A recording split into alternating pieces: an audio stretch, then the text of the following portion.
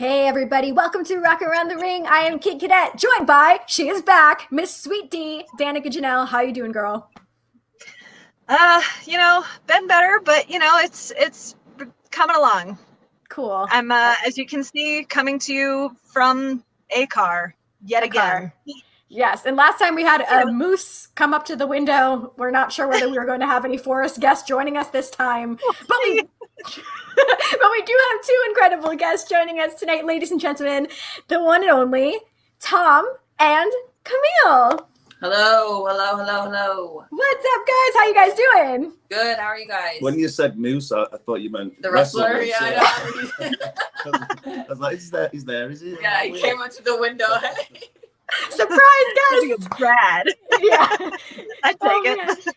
Well, I just want to say thank you guys so much for joining us. I know you've been all over the place. You finally made it back home. You jumped on the stream, so we're not going to keep you for too long tonight. So we're going to get right into it. The first question for you guys is, what was it about the NWA that made you guys decide that it was your home?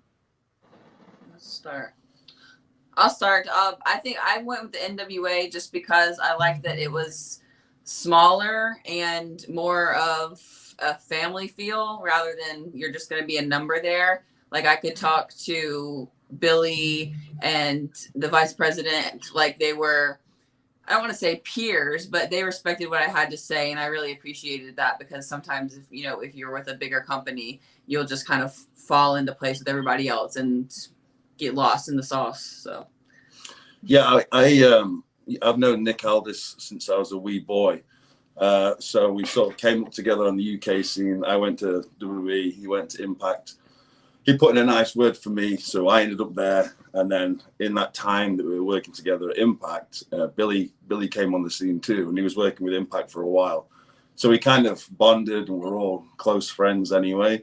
So it just made sense to sort of keep the party rolling and head over to the NWA. Fabulous. Very cool. So the next one is one of those that we kind of feel like we need to ask everybody, but what's it been like for y'all preparing for all your matches during COVID? Well, we haven't. Crockett Cup was supposed to be in March. Yeah, we've not wrestled since. Well, I have. I did the LA show, Primetime Live. But I mean, that was how many months in between? March to that was September. So I can't count, but however many months that was, that's how long off we had.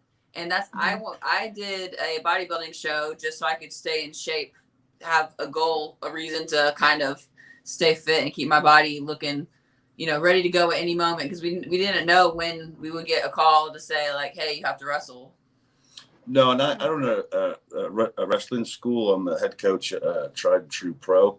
And so I've still sort of been able to sort of keep in the ring and keep wrestling around. And I've been able to sort of keep the rust off to a large degree. But the last show that I did, I think was in March or something like that. So, but it's been kind of nice to sort of have the time off and sort of step away from it so you can sort of reassess it and come at it with a different angle. So it's been good. I've kind of enjoyed the time off. I'm desperate to get back to it now, but it has been nice. Yeah.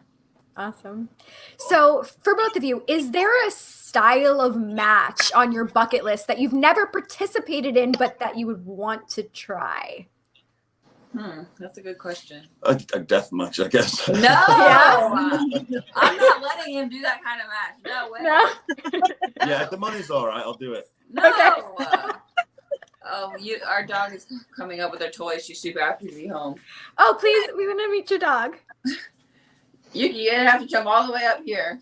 This is her toy. You can see her toy. There is a dog down there. I'm not just talking to. Yeah, she's not allowed to jump. Okay. I'm talking to my invisible friend dog. Yeah. For me, well, it's something that I think would be super challenging. And I always said, like, how in the world could people wrestle like that? And actually, if I got put into this type of match, I'd probably cry because I wouldn't know what to do. But like a dog collar match, just because I don't know how people do those. Very fitting. You just saw the dog. Yeah. Yeah. Well, Tom, before we got started, so my husband, who's on the back end of all of this, is the producer. And I mentioned that you had a match with my husband. So you said you had a memory or a recollection from this specific match, which was in South Florida at the War Memorial. I do. There's Okay. two. It's been the first time. I think it's the first time I've met. Just incredible. And I remember the spot. This is the mark coming at me now. But I remember seeing a spot with him and a friend of ours. What's his bloody name? I need more description. That guy works at AEW now. Used to have long hair. Came to the Driving True School to help us work out. Mikey Rec had him on the phone to us at Wrestle Cage. Jerry Lynn, there you. Sorry, Jerry, I love you, brother. CTE. It's been a long day. Like, oh, so long. We got there. Hey, we got there 12 eventually. hours in the car. I just did 12 hours of driving, so that's what it is. But I remember like calling a spot to him in the ring that him and Jerry used to do. And as soon as we did the spot, he like crawled over and was like, "Yeah, Heat Wave 99, brother," which I thought was funny.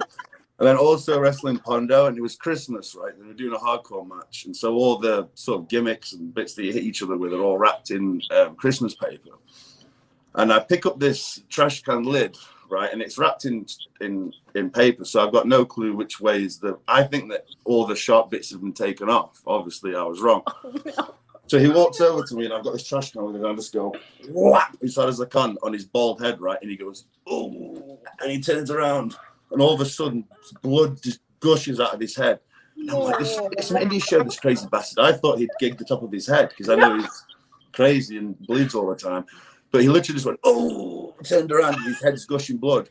And then I look at the lid and I peel back the paper and the handle's still on it. So I just whacked him as hard as I could with the handle. It split him right down here. And we get to the back and I'm like, bro, I'm so sorry. I had no idea. He's like, oh, don't worry about it. It happens all the time. And he just took super glue, he glued his head together and then went out and wrestled again. Oh my gosh. Yeah, that's a veteran for you right there. Oh. He was cool. You know, I was mortified. I was like, oh, what have I done? But he was cool. They just glued his head off and glued his head and that was it. There you go, folks. Super glue gets the job done. Yeah. Don't, make sure that you check underneath the Christmas wrapping before you hit somebody with something. Yeah, very fair. Wow. Well, also speaking of things that you need to check before you do your matches, we want to ask you about any pre-match rituals you might have. I dip, as you can tell. So mostly I just dip. But not during the match, right? Just before? No, if I saw that, that'd be bad. It had to come out one end or the other. Yeah, I just go to the bathroom and make sure to get all my fluids out of me. Is that a ritual? Yeah. That's weird. Whatever. Well, yeah. That's. I made a playlist to start listening to like before I go out there, but I've yet to actually do that because normally I'm going over the match so many times that I don't have time to actually listen to the playlist. I actually say a little prayer. Like at some point, it's generally at some point before I'm about to go out, I'll say a prayer, I think. And dip. Prayer and dip. Yeah. Just In that order. Yeah. He's a Southern boy. Yeah. Now, is there any like strange like pre-match rituals you've ever seen anyone do like that you're sharing a locker room with? Like, some people will wear like 2 pairs of socks or something. I've seen like people like bang their heads against walls and get themselves fired up, and each their own, I guess. Oh. I don't know why, but if it helps you, I guess it helps you. Oh, yeah. No, I don't know. I feel like all the girls are. I've seen a lot of people sort of do a little relatively prayer normal thing, but yeah, nothing weird. Like I don't know, like no animal sacrifices or anything. No, like that. no rituals. No. Yeah. Well, thank goodness for that. Okay, so besides like the essentials, obviously your gear and stuff and your dip, is there something that you guys always have to bring with you on the road? Well, now my dog, because she's my service animal, so now she goes everywhere with me. So, Aww. yes, I must bring my dog everywhere. So that's one thing I cannot forget. Dip, obviously, Yep. And then food probably, because chances are you might not be fed, or you might be there for hours and there might not be any food. So I'll always bring sort of if I can't cook and take something, I'd take like 2 dinner rice cakes and nuts and just bits that I can sort of eat because I'll get hungry. Yeah. So just food, passport, kind of, I try to bring black wrist tape now because there was a period of time where I was that person always asking for it. So now I try to keep that on hand so I don't have to be the black wrist tape asker. Fair. Yeah. So does your dog travel well? Yeah, she actually went on her first flight to LA when we did the Primetime Live. That was her first ever flight, and she did amazing. Everyone commented on how well behaved she was. Even if she annoys us sometimes, and because we want her to be like absolutely perfect, everybody else always comments on how well behaved she is. So very proud of her. She just turned, and she's still a baby. She just turned 2 October 1st. Aww. So yeah, but she's really good. And I mean, occasionally, like in the car ride just today, she gets a little antsy, but like she won't sit still, but I don't sit still either. So yeah, we're taking her to the UK in December, so that'll be the first sort of like long flight she's been on. But she's got first class. She got a first class seat herself, hasn't she? So yeah, she'll be sat with us. I love that. Well-traveled dog. It's different. What would you each say is your earliest memory of watching wrestling? My earliest memory was the RBC Center in Raleigh, and I'm terrible with years. Tom will probably know what year it is. You might. It's the TLC match with 2000. Okay, with Christian and Edge and the Dudleys and the Hardy Boys, because the Hardy Boys are from North Carolina, so I liked them. And my favorite wrestler was Edge, so I loved that match. And yeah, that's my earliest memory of watching it live, I would say. I have 3. Like, I remember I didn't know what it was, and I think it was like Ultimate Warrior Rick Rude or something that I saw at a friend's house, but I saw it in passing, and his dad was watching it, and I couldn't care less. I was a kid. I was probably trying to find G.I. Joes or something. But another time was, which is really weird because my grandparents hated pro wrestling, but for some weird reason, when I was a kid, I found WrestleMania 8 on like recorded VHS. I don't know why it was even in the house. But I remember watching Sid and Hogan, and I was still kind of on the fence with it. And then when I saw Hell in a Cell 98 and saw Foley getting tossed off that's when I was like, this is the coolest thing ever. Which is ridiculous. Yeah. But so sort of like 3, but I mean, I'd say it was more sort of Foley getting thrown off the cage that I went, whoa, this kind of stuff happens. This I wouldn't do that. Well, again, money. I'll do it for money. Yeah, there we go. I gotta say, I don't think you're alone in that. I think that was a big moment for a whole lot of kids. I think so too. It just, I don't know, it just defied. I just couldn't believe what I was watching. And then the dude gets back up. I was just like, this is insane. I don't know why. I was just instantly drawn to that. Yeah, and like Mick Foley was my officiant at my wedding, so like that made things even like great. And he helped me. Like Danica and Mick came with me to pick out my wedding dress. He has a very unique sense of style, I'll say. Like, he tried to put a fanny pack on me, the wedding dress. You've got to wear a fanny pack. Yeah, you could have like embezzled it and everything. That's mandatory, stuff that. He wore one, but I did not. It didn't go with the colors. Okay, you're so gonna wear one, right? Sure. Yeah. Okay. We're gonna get to that a little bit, but so outside of wrestling, do you guys collect anything, or do you guys have any fandoms that you follow? What's a fandom? What's a fandom? So a fandom would be like, okay, maybe you really like the Beatles, like you collect all the Beatles albums. I'll tell you one thing right now. He is a man groupie when it comes to the music he likes. He likes like what kind of, what's it called?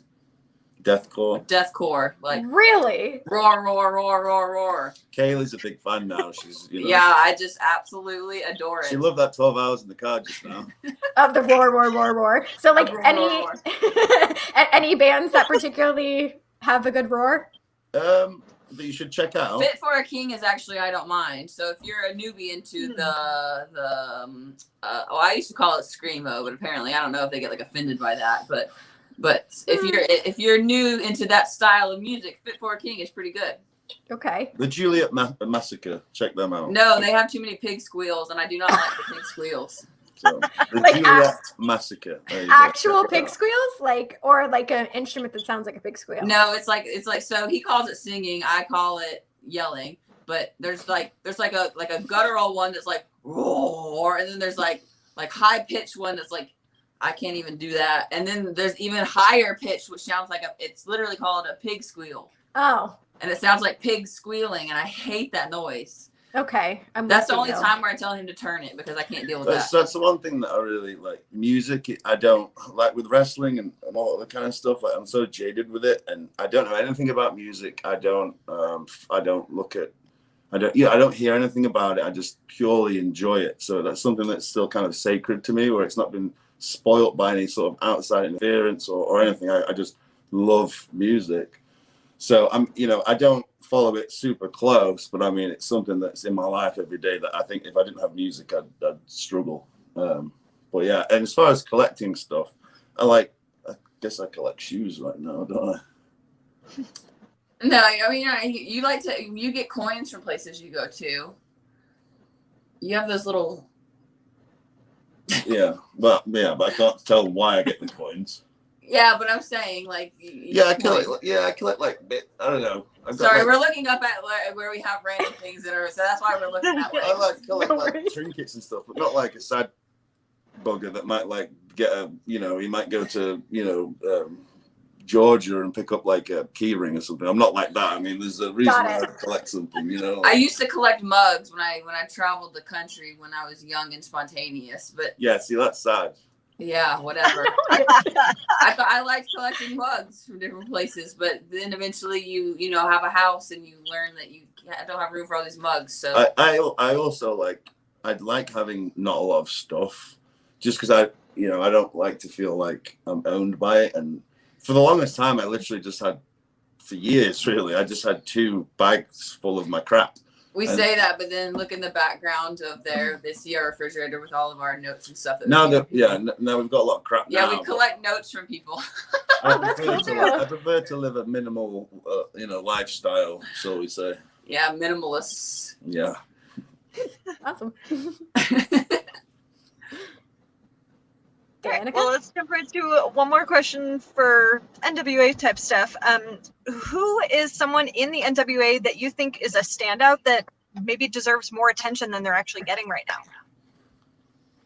I gotta think of everybody. I don't know about if he needs any more, but I mean, someone that I really rate and think highly of, and he's got a great mind for the business, and he looks like a man, and he'll beat anybody up. Is Trevor? But he just won the belt off of. He just won the belt anyway. So I guess he's getting his little push ski now. But he's he's a guy that's. I remember when I was a kid. I think he was I might have been 18, and this is 2005. I remember being backstage at a WWE show trying to get a job, and wrestling on Heat, and I think he was wrestling Flair at the same time. I brought it up to him. I was like, I was there too. But so I mean, he's a guy that's been around forever. But I mean, he's just got a great mind for the business. He looks the part. He can go. He's such a big guy. He's what a wrestler should be to me. A big intimidating bugger. And as far as girls, I mean, I don't know what would happen if Power came back or if she'd come back on, because with this, we've lost some people, gained some people, blah, blah, blah. But I liked watching Ashley Vox, because I thought I liked her baby face, her baby face, woo, I don't know. I would be back there watching on the screen, and I would get into it when she was like, yeah. And I just got into it. I was like, yeah, girl. So I like watching Ashley. Yeah, I'm a big fan too. Definitely. Yeah. So, okay, kind of to transition just a little bit, we wanted to congratulate you, Kamille. You're coming off of a huge win at the Daytona Classic. So you won first place in novice, open, and overall, which is incredible. So what was the hardest part about prepping for the competition during COVID? The hardest part was probably the last 3 weeks, just because that's when I pretty much... the carbs were very, very minimal, and I was just kind of over it, because I'd been dieting hard for 10 weeks at that point, which some people do extremely long preps. But the thing is, if you do really, really long preps, you're normally ready kind of earlier, so you get a couple more cheat meals here and there. But since I only did a 13-week prep, I didn't have room for cheat meals you know what I'm saying? So it was just strict the whole way through. I think I got 2 cheat meals the whole time. And Yeah, the last 3 weeks I just was grumpy and tired, and my workouts, that's when I started noticing a difference in my workouts. Like I was just going through the motions. And me and my coach even talked about that. We're going to have a new game plan for next time I do it to make those last 3 weeks of the working out good. Because I mean, I went to the gym and I did them, but like I said, it was just, life was like going through the motions. Like all of life, I was just there, but not there. So Fair. He can probably attest to that. I mean, it helped me too. Like because you always need a goal or something to look forward to or something to prep. Or, you know, you've got to have something. And with not knowing when wrestling's going to pick up again, or with nothing sort of in eyesight, it was good that she decided to do that because it kept her, on check. And it helped me too because I pretty much dieted to a degree with her. Yeah. And so it gave me sort of a goal and something to do too. So it helped me. And I guess with us both dieting, it meant that there's less chance of me sneaking in ice cream and upsetting her. So, which I did, but yeah. We won't tell. I just hit it really well. So. Until I start frying. So you can tell when I've eaten bad. I believe I can. I know when he's ate bad. Yeah. I give it away when she walked into the room. Okay. Well, again, another huge thing that, of course, happened at the Daytona Classic was your congratulatory, big, huge engagement. So we want to ask, of course, about, Tom, your preparation and planning process. Was there, did you have to go and like get permission to do that, or like how did that happen? Well, I rang a dad obviously a while back to sort of I knew that he would be fine with it anyway, but it's the right thing to do. So I rang him up and I sort of said, I'm thinking about, I was like, when could I do it? It's not like we can go on holiday or do anything. So I was like, well, when would be, a fun time to do it and when she wouldn't expect it? Because like I said, we're just cooped up or we're working or we're doing whatever. So I spoke to him and I was like, well, maybe I'll do it at the show on stage or whatever. And he was like, oh, yeah, no, that'd be good. And then before I knew it, he booked tickets to come watch. So I was like, oh, crap, the pressure's on now. I've got to do it. So we had a few of our friends come, Nick and Renee and Sam and Christine Dexter, Loomis, name dropping there. And they all came to watch and sort of cheer on Kaylee. So it was sort of, it was weird because it's not, we've never been around that before. I've not really. No, it was my first bodybuilding show, so we didn't know what the atmosphere was like. And so we didn't know who to talk to. Is this okay or not? You got to remember, everyone's been dieting and prepping. I didn't want to take away from the show. I didn't want to upset anybody. So I'd organized it and I didn't know how it was going to go. So I was pretty nervous. It was something that you couldn't really go through. It was just sort of just figure it out. So luckily she's on stage with, I don't know, 4 or 5 of the chicks. And by, miracle, because I was like, what happens if she comes last? Because obviously the winner stays on stage and everyone else leaves. I'm like, well, if she's last, are they going to just get rid of the winner and bring her back on? So luckily she placed first. I was like, oh, thank God. So she could stay on and I could jump up there and do it. So yeah, it was, I wasn't nervous because I knew what she was going to say. I was just more nervous. I didn't know if I was going to get booed or what. His speech was basically, hi everybody, I won't be long. I don't want to interrupt too much, but Kaylee Farmer, will you marry me? What more do you need to say? I got an applause. It was all good. Yeah. No, but I was standing up there because my coach was like, if you're ever standing facing front, be in your front pose and smile and be flexing because you're posing. And because they said he has it a little bit wrong. Everybody would have just left the stage regardless. I wouldn't have stayed up that time. Everybody would have left. So we were all standing there and they said, Kaylee Farmer, stay on stage for another award.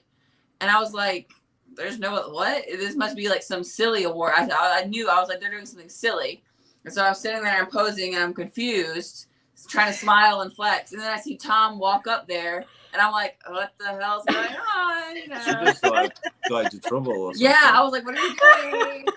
And then he asked, and then so I always thought I'd be the person that would be like, oh my God, I don't know. But I was just like, I was like, yeah, and then I realized too afterwards that I didn't even let him put the ring on me. I took it out of the box myself and just put it on my own finger. I was like, yeah. So later on, I made him put it on me.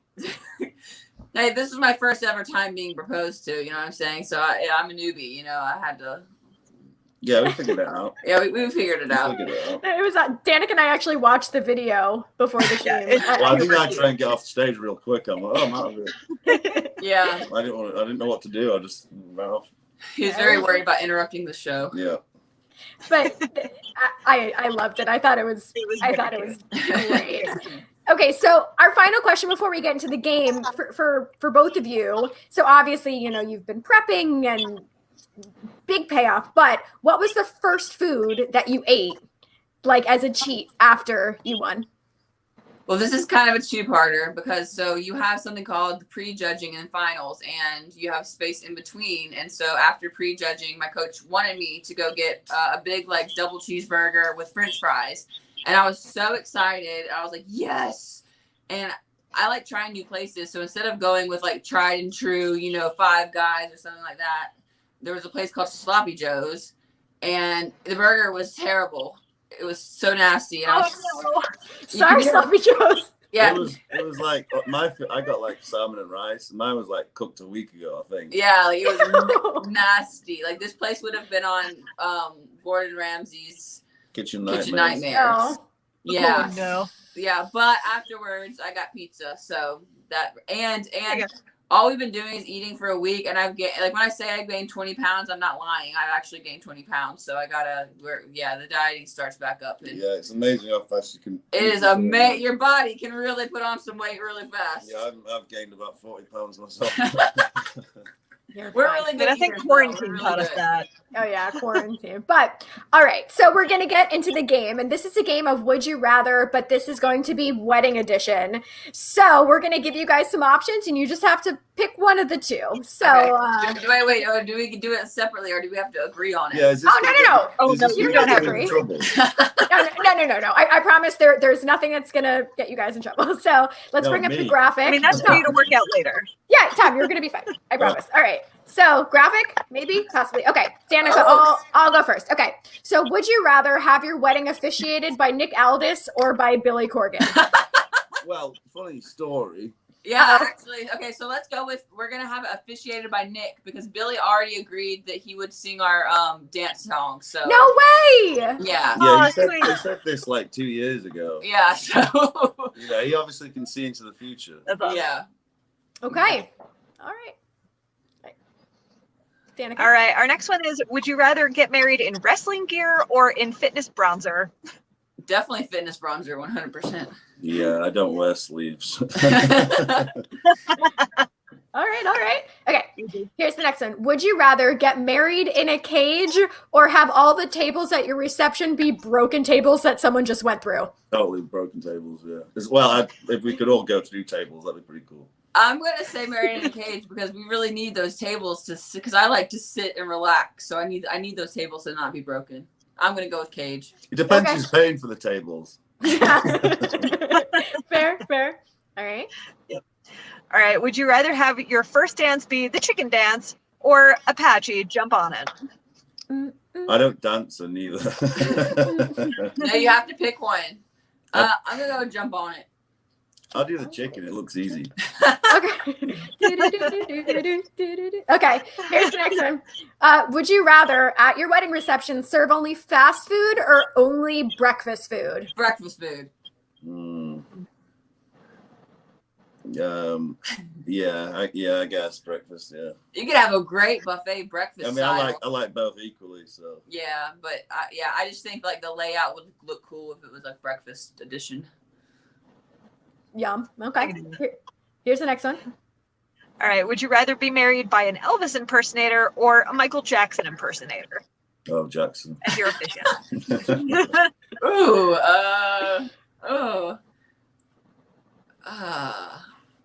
Elvis. All right. Okay. Here's the next one. Would you rather have your wedding attire so everyone has to come in all Disney clothes or all sci-fi clothes? I'd say Disney. Yeah, Disney. Just for the laugh. I want to see who comes as Mickey Mouse. I say Disney because you can look like a pretty princess. The girls can all be like princesses. So that'd be fun. Definitely. All right. All right. Dan. Would you rather have your dance floor covered in Legos or baby oil? Baby oil. Yeah, Legos suck. It'd be easy to like slide, like do the sliding dance. Yeah, I could do the chicken real well in Greece. Yeah, there you go. All right. And would you rather, okay, this is the last one, honeymoon in Iceland or honeymoon in Japan? Iceland. Yeah. Awesome. All right.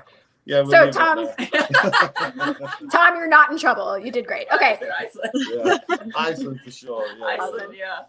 So before we wrap this up, do you guys have any final thoughts that you want to leave us with here tonight? Oh man. Appreciate everybody watching.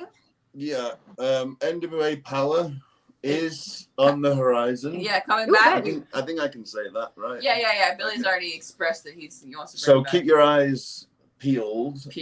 We should be back on your devices Yeah. at some point. So watch this space. It's exciting, and we're all ready to get back at it and get ready to put out some great NWA content and please the fans again. So Yes. Give them what they want. Awesome. Well, thank you guys so much. This has been a lot of fun, and make sure you guys tune in next Congratulations week. again. Oh yeah, congratulations, of thank course. you. Thank you. Let's do this again. Yeah, it was fun. I like the game. It was really Yeah, fun. we'll just do Good. games. We'll just do the games next time. Yeah. We have a lot of games. We can definitely do that. Make sure you guys turn in next week. We have the creator of the Toxic Avenger, Lloyd Kaufman, will be joining us, and we'll see you guys real soon. Good night, everybody. See ya.